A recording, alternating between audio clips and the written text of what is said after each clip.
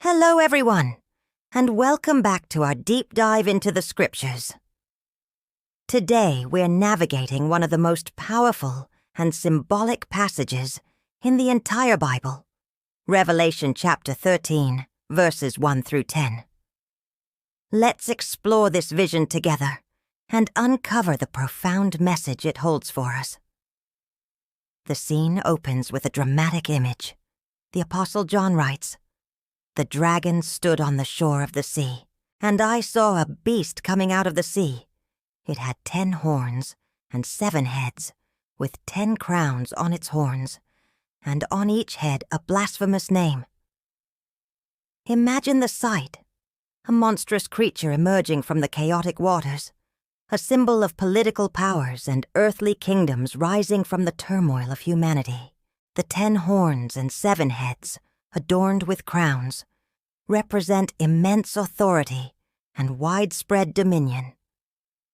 The blasphemous names tell us its nature is one of opposition to God. John continues to describe this beast, saying it resembled a leopard, but had feet like those of a bear and a mouth like that of a lion.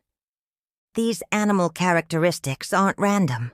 They echo the visions in the book of Daniel, representing speed, strength, and predatory power, all combined into one formidable entity.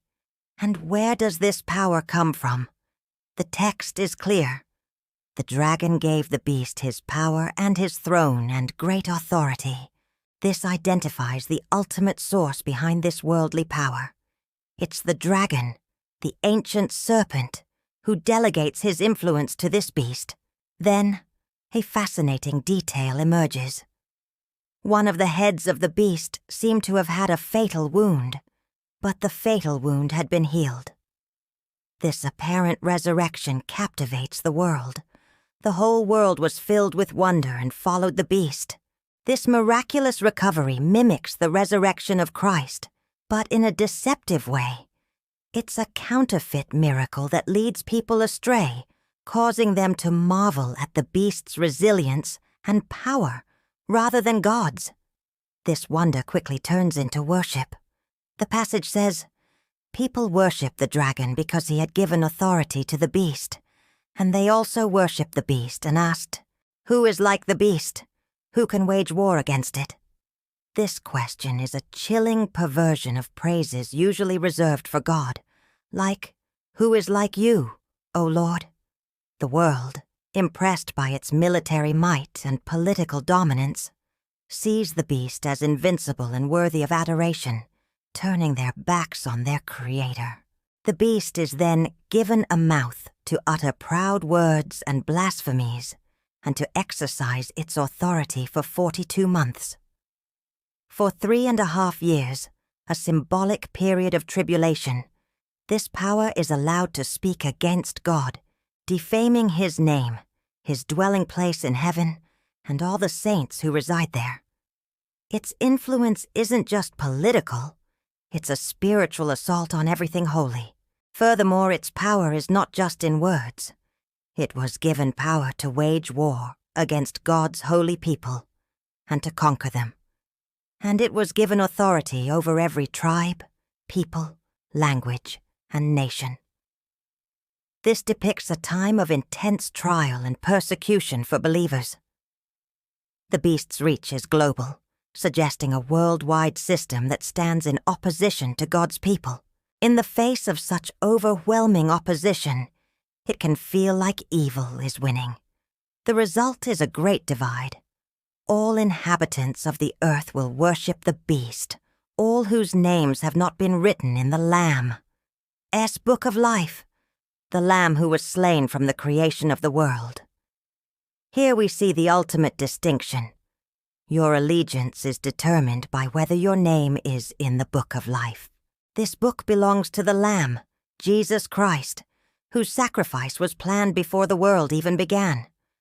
Our hope isn't in escaping the beast's power, but in belonging to the Lamb. The passage then shifts to a direct address. "Whoever has ears, let them hear." This is a call to pay close attention, to understand the spiritual reality behind the world's events, And it concludes with a message of sober reality and profound encouragement. If anyone is to go into captivity they will go. If anyone is to be killed with the sword they will be killed. This isn't a promise of physical deliverance from persecution. Instead, it's a call for steadfast faith. This calls for patient endurance and faithfulness on the part of God's people. In the end, our victory isn't defined by defeating earthly powers, but by remaining faithful to the Lamb, no matter the cost. Our hope is secure, not in our own strength, but in the fact that our names are written in His book. Thank you for joining me on this journey through Revelation. I hope this reflection encourages you to hold fast to your faith with patient endurance. If this message resonated with you, please like, share, and subscribe for more content like this. God bless. Revelation 13, 1-10 in the NIV. Part 2. Revelation 13, 11-18 coming soon. Just know that Jesus loves you. So much, and so do I. Read your Bible every day, and it will lead you in the right way, because the Bible is right, and somebody is wrong.